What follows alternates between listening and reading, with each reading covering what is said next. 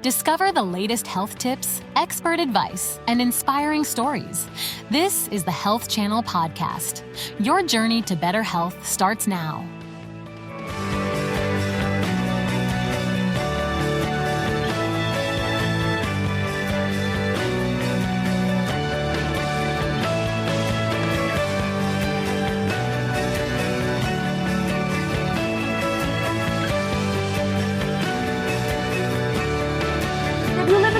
Or anywhere up and down the East Coast, as you get your hurricane plan together, you may want some advice about what to do regarding your medications.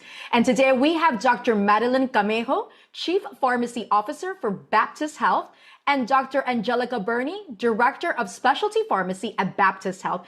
And we're going to talk about how a little preparation can really go a long way when it comes to keeping you safe and healthy during a hurricane. That's coming up next on Ask the Doc. Welcome to Ask the Doc, the show that encourages viewers to send us their health questions. Now, let's kick things off with a question from one of our viewers. And our first viewer question comes to us from Facebook, and Kitty asks, my husband and I just moved down to Florida and have never experienced a hurricane before. We both have severe chronic conditions and take medications for them. So how can we protect ourselves and make sure we're able to take our medications regularly in the event of a major storm? Dr. Camejo, Madeline, this is a real concern for many people in South Florida, right? It sure is. And Kitty, that's a great question. And thanks for sending it in. You know, first things first, make sure you have an ample supply of medication on hand, at least 2 to 3 weeks worth, and store in a waterproof container in its original packaging in case you have to get out and quickly you have it all together. If you don't have enough meds, get your medications refilled early before the storm. You know, some states have emergency prescription refill laws that authorize pharmacies or pharmacists to dispense early of certain medications, especially we're under an emergency declaration. You know, the other thing is to create an emergency medication kit or any medical supplies you may have and need, which would include, number one, make a list. Keep a list of your medications that you take on paper or on your iPhone or any of your phones where you can easily get to in case you lose your medications. The second thing you'd want to do is list your supply. Again, maintain at least 2 weeks supply of each of your medications. The third thing you want to do is safeguard. Place your medications and bottles in a watertight container or a bag to keep them from getting damaged from waters and floods. And 4, create a kit that it has a first aid kit to include bandages, antiseptic solutions, over-the-counter antibiotic creams, and even eye wash, because sometimes after a storm, pharmacies are closed and you can't get certain supplies. And the last thing is storage. Have ice or freeze a couple of gel packs available for the refrigerated meds in a small cooler. Now, one thing that's really important, if you're insulin dependent, it is also recommended that insulin be stored in a refrigerator.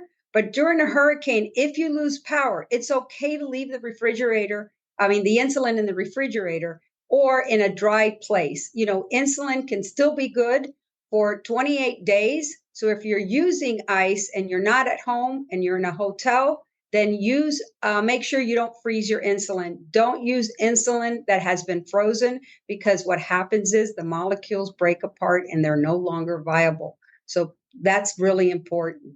Now, please don't forget your pets. You know, my dog Rocky was insulin dependent, and I always made sure I had insulin on hand for him.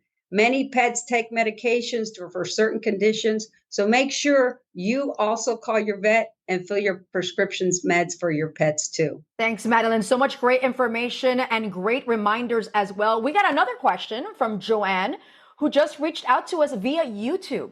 Dr. Camejo, I live with my elderly mother. She's not very mobile, suffers from a couple of chronic diseases, takes medication that isn't available from the local pharmacy, and needs to be refrigerated. I'd love some advice.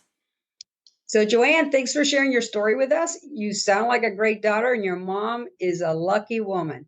Now, Angelica, as Director of Specialty Pharmacy, that is obviously right up your alley. Would you mind answering Joanne's questions? Sure, I'd definitely be happy to and provide some advice. So it sounds like your mother gets her medication from what we call a specialty pharmacy.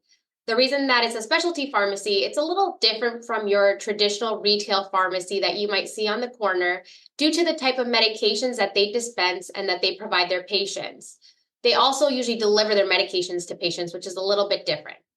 So there's a couple of different bullet points that we're going to kind of go over right now to really help prepare. So one, if you don't hear from your specialty pharmacy, make sure that you call them. It's so important. They're going to work with your insurance to get that override so you have enough medication. As Madeline mentioned, at least 2 weeks on hand is key.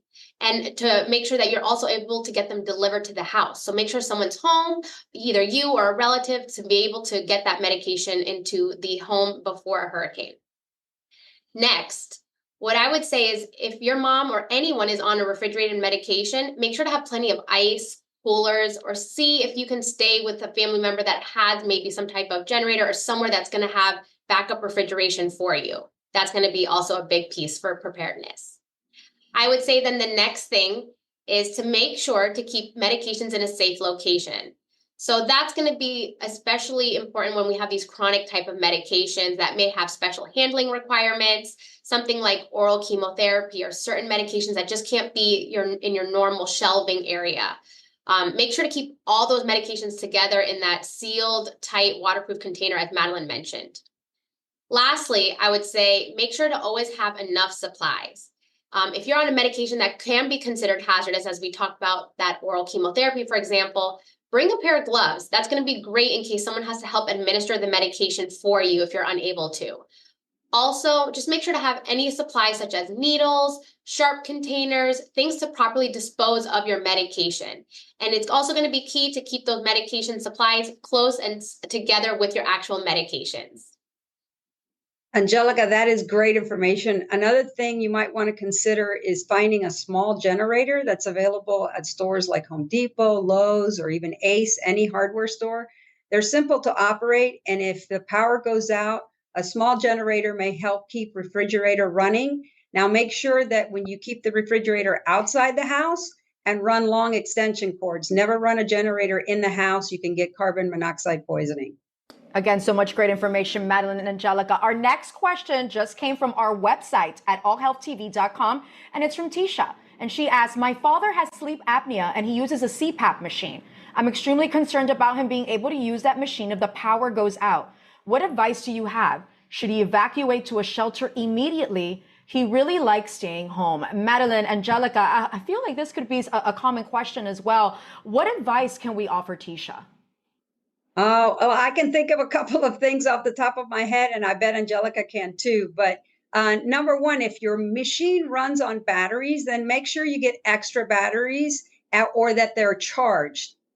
Two, some CPAP machines that need to be plugged in can still last for a number of hours once the power is lost. The third thing, I think we mentioned it before, but if you can afford it, a backup generator is always a good idea for your medical equipment as well, especially ones that you cannot live without. So I thought of 3, Angelica. I think it's your turn now. Yeah, so it'll be hard to kind of top those 3, but I have a couple more I think that will be really important and really help when preparing for a hurricane. So I would say the next one is to make sure that you have extra bottles of distilled water on hand. That's really the only water that can be used with the CPAP machines. This will help prevent the growth of mold and bacteria, and having that supply will help those machines work properly and reduce the risk of other respiratory issues that can actually happen even post-hurricane. The next thing I would say is to make sure to call your utility company. Inform them that you have a CPAP machine. They actually might be able to add you to a priority list and make sure that you are on their grid so that they can work on repairing and getting power restored quicker if they know that you're on those life-saving type of equipment. The next thing too is if you require additional oxygen support, make sure to have extra tanks.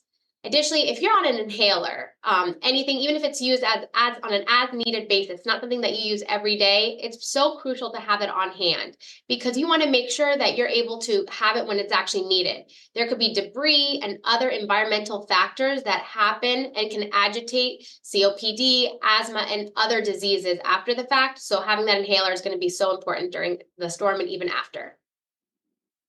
We have another question from our website at allhealthtv.com. It's from Yusef, and he asks, my wife has multiple sclerosis and she says she cannot be without air conditioning or she will get extremely sick. She's not very mobile, so we don't want to travel out of town if a storm hits.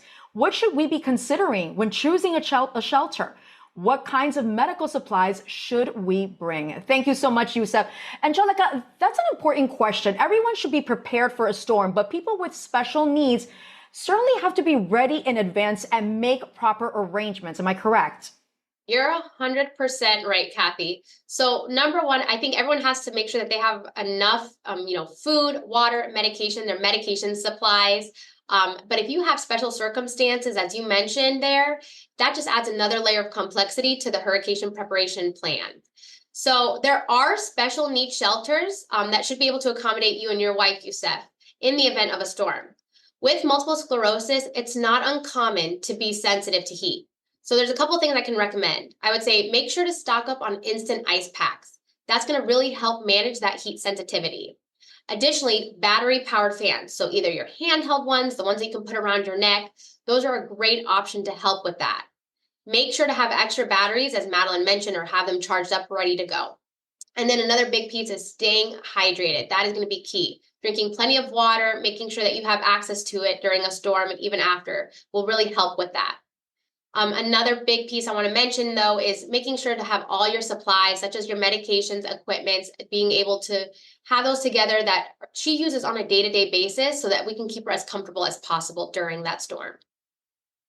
Absolutely. Thank you so much, Angelica. And the questions keep coming in. I love it. Okay, here's one from Marisol via Facebook. I've never had a horrible hurricane experience, but I take medication for anxiety. And as we approach hurricane season, my blood pressure goes up and it gets much worse if it looks like we're in the path of a storm. What precautions should I take to make sure I'll be able to keep my blood pressure and anxiety under control? Madeline, Angelica, can you help Marisol with some advice? Absolutely, Kathy. Marisol, I want you to know it is very common for people to be anxious about upcoming storms. And so that's not an issue. Recognize your emotions and trying to keep these tips to alleviate your anxiety. One, I think, is to create a plan. I think a well-prepared plan for you and your family that can help reduce anxiety and chaos before, during, and after a storm. Make sure you have an evacuation plan and compile of preparedness kits that we've talked about. Number two, be sure to be informed. Stay up to date with weather information and warnings, making sure you have a portable battery operated radio so that if you're aware of the latest information, you may gain a sense of control over the situation. Number three, talk it out. Share your fears with a family, friends, or even a counselor, others who can offer you emotional support. And one of the things, number four, that I used to love to do is do activities during a storm. Children too can get really anxious and scared. So keeping them busy. One of the things I used to do with my niece and nephew was build an indoor campsite. We would put up tents, get in there. We would color, we would tell stories, or even play board games. Now, if you don't have kids as an adult, you can also just read a book, play cards, even clean out your closet. Or simply just cuddle up with your pets and get some rest. Angelica, do you like to add anything? Did I leave anything out that you can think of? You mentioned about talking it out, and that's definitely my tactic. I like to talk things out with my family, my friends. It's a way to help calm me down. But I think just to add, I would say making sure you're staying informed and prepared in advance, which you're already doing by asking these questions, which is great, right? So ensure that you have that safe space to stay in during the storm. One of my recommendations too is to practice relaxation techniques. Try, deep breathing exercises, meditation. Those will really help. But the key is going to be practicing those before the storm and having them done regularly so that when you actually need to use them, they're easy to use and right there on your fingertips. Thank you both. I know that storm anxiety is very common and very real for many people. And we're moving on to another question. And it's been a while since we had a YouTube question. This one comes to us from Hank, who writes, I know this sounds kind of goofy, but I have a reflux disease and have a really hard time if I eat a lot of pizza and other foods like that. But the problem is that after a storm, that's usually the only food that's easy to get. What kinds of healthy foods can I keep on hand that I might actually eat? Madeline, what are some healthy foods that Hank and others who may have some dietary restrictions should keep on hand during a storm? Wow, that's a good one. I would say buy some whole grain breads. One is really fresh fruits, vegetables, low sodium canned meats like tuna and chicken, some even low sugar protein bars and cereals. Two, I would say there's also non dairy milk alternatives that are on the shelves that are staples and that you can also use with cereal and coffee. Three, I would say canned vegetables also provide essential nutritions. They are lower sodium options for those who need to watch salt intake if you have high blood pressure or certain cardiac conditions. Also, four, remember herbs and spices can add flavor to meals without relying on salt and sodium sauces or condiments. So do that instead. And one important fact I would say, five, is like before the storm hits, turn down the temperature in your refrigerator and your freezer. Make it extra cold, which will help your food last longer. So if you lose power. And last but not least, don't forget to go to the storm before the storm and get foods for your pets too. Now, before we call it a day, Madeline and Angelica, would you mind sharing some general information with our viewers about how they should watch out for after the storm passes? We'll be happy to do so, Kathy. I think number one is really stay out of floodwaters here, especially in South Florida. Don't drive into flooded areas. That one of the things is we have so many canals and you can accidentally drive yourself into a canal. Or the other thing is you can stall in the moving water. So be very careful. And the other thing is floodwaters contain many things such as germs, dangerous chemicals, human waste, and other contaminants that can make you sick, especially after a storm. Make sure that if you come in contact with floodwaters, wash your hands with soap and water. And if you don't have soap or water, then use alcohol-based wipes or sanitizers. Second thing I would make you say is stay away from power lines. Watch out for fallen power lines that may be hanging overhead. Stay clean and clear of fallen power lines. Call the electric company and report them. That's really important. You don't want to be electrocuted, especially when you're outside. Three, stay away from tap water. Do not drink or bathe in tap water until local authorities have determined it's safe to do so. And last, for me, is protect yourself from animals and pests. When you go outside, wear long sleeves, long pants, socks. Use any non-toxic insect repellent, especially when you're outside, to protect yourself from mosquito bites. Mosquitoes carry diseases. And stay away from any wild or stray animals after a storm, and call 911 on your public health department. Angelica, how about you? Yeah, and I would say those mosquitoes can be, pretty rampant down here in South Florida, especially after the storm with that standing water. So that's a really good piece of advice, Madeline. I would say the next thing is just to really be careful about what you eat when you get back home. So we want to make sure that you throw away food that you may have come in contact with flood water, or it maybe wasn't properly refrigerated due to the power outages. So making sure that you're just checking your food, checking the expiration dates, and seeing if it's still viable to eat. And if unsure, just go ahead and throw it out. The next thing too is make sure to clean and disinfect wounds. So that helps prevent infections. The risk for injury is actually pretty high even after a hurricane. So many think it's during, but it's just as much after. So other things is making sure you have some type of antibiotic ointments, using those kits that we talked about, keeping them close by so that you can make sure to disinfect so we don't have any type of infection stemming from any injuries. The next is making sure to take care of your emotional health.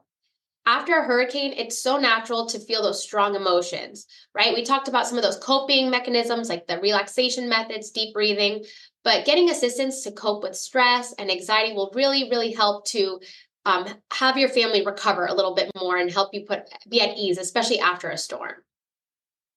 Angelica, one more thing that I would add, especially after a hurricane, people like to go out and start to clean up their yards and things. And that's where we see a lot of people come and get injured. So I would say, make sure if you're going to go outside, like I said, wear the long sleeves, wear shoes, make sure your toes everything is actually covered. And also the most important thing is wear gloves when you're picking up debris. You don't want to cut your hands and end up in our emergency room. Absolutely. And another big piece too is you don't know how long you might be without power, how long you're going to be impacted with a storm. I remember we had a hurricane several years back, and I can remember not having power for almost 2 weeks or so. So you have to be, strategic. How are we going to charge some of our electronic devices? How are you going to be able to cook certain foods? My family, we were going around town once the roads were cleared and it was deemed safe, and we'd go to restaurants and try to charge at that point. We would also make sure that, if there was debris, it was removed before going out, making sure, like you mentioned, Madeline, we would not drive if we saw standing water. That was, I think, your number one point that you mentioned on the last point there. But if we didn't know how deep it was, we didn't want to get stuck. We're already having problems with the house. We needed to make sure our car was at least functioning so we could have some AC and relief during that time. So I remember, ladies, having to live through Hurricane Andrew in '92 and being a child at that point. And so much of what you shared is so useful, especially for young children, of keeping them occupied, keeping them, even as adults, we can have that sort of sanity and not let our mind run away with us.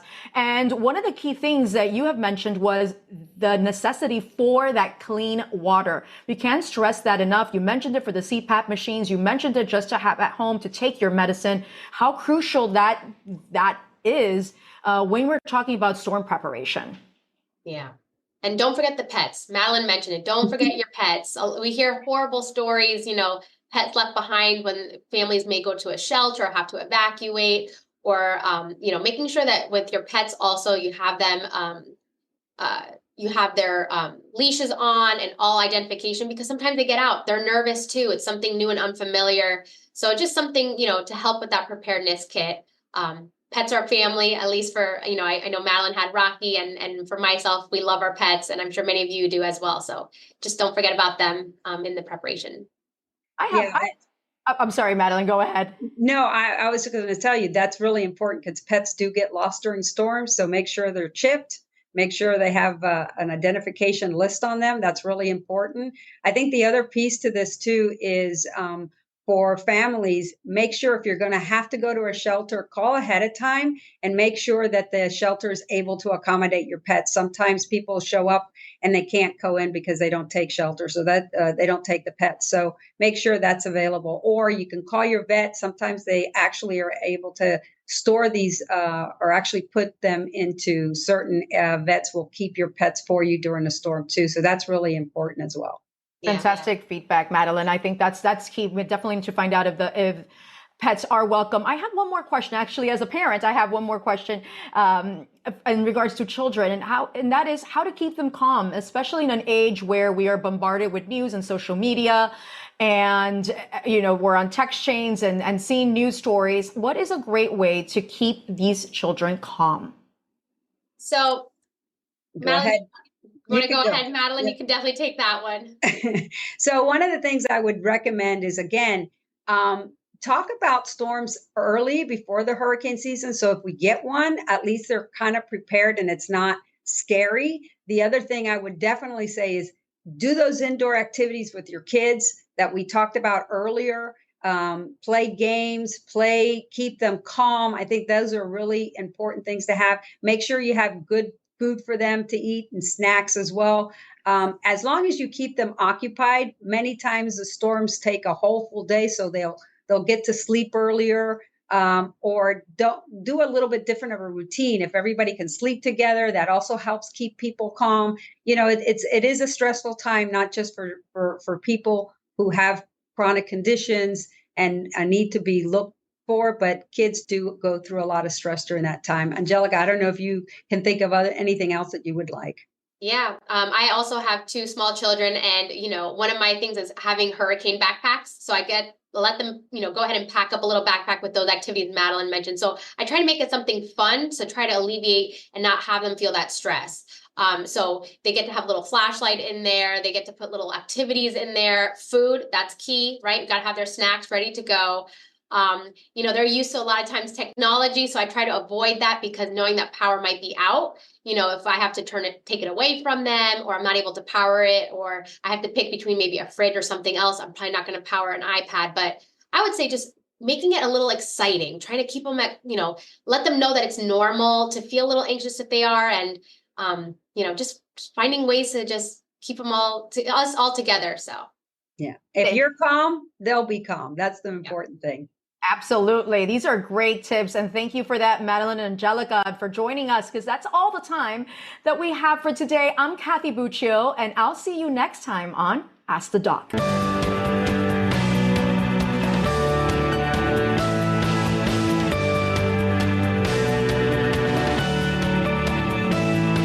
Thank you for listening to the Health Channel podcast. We hope this information has been useful. However, please remember that only your doctor can advise you about what is best for you. Do not start, modify, or suspend treatment based on anything you have heard on this podcast. Please join us again soon.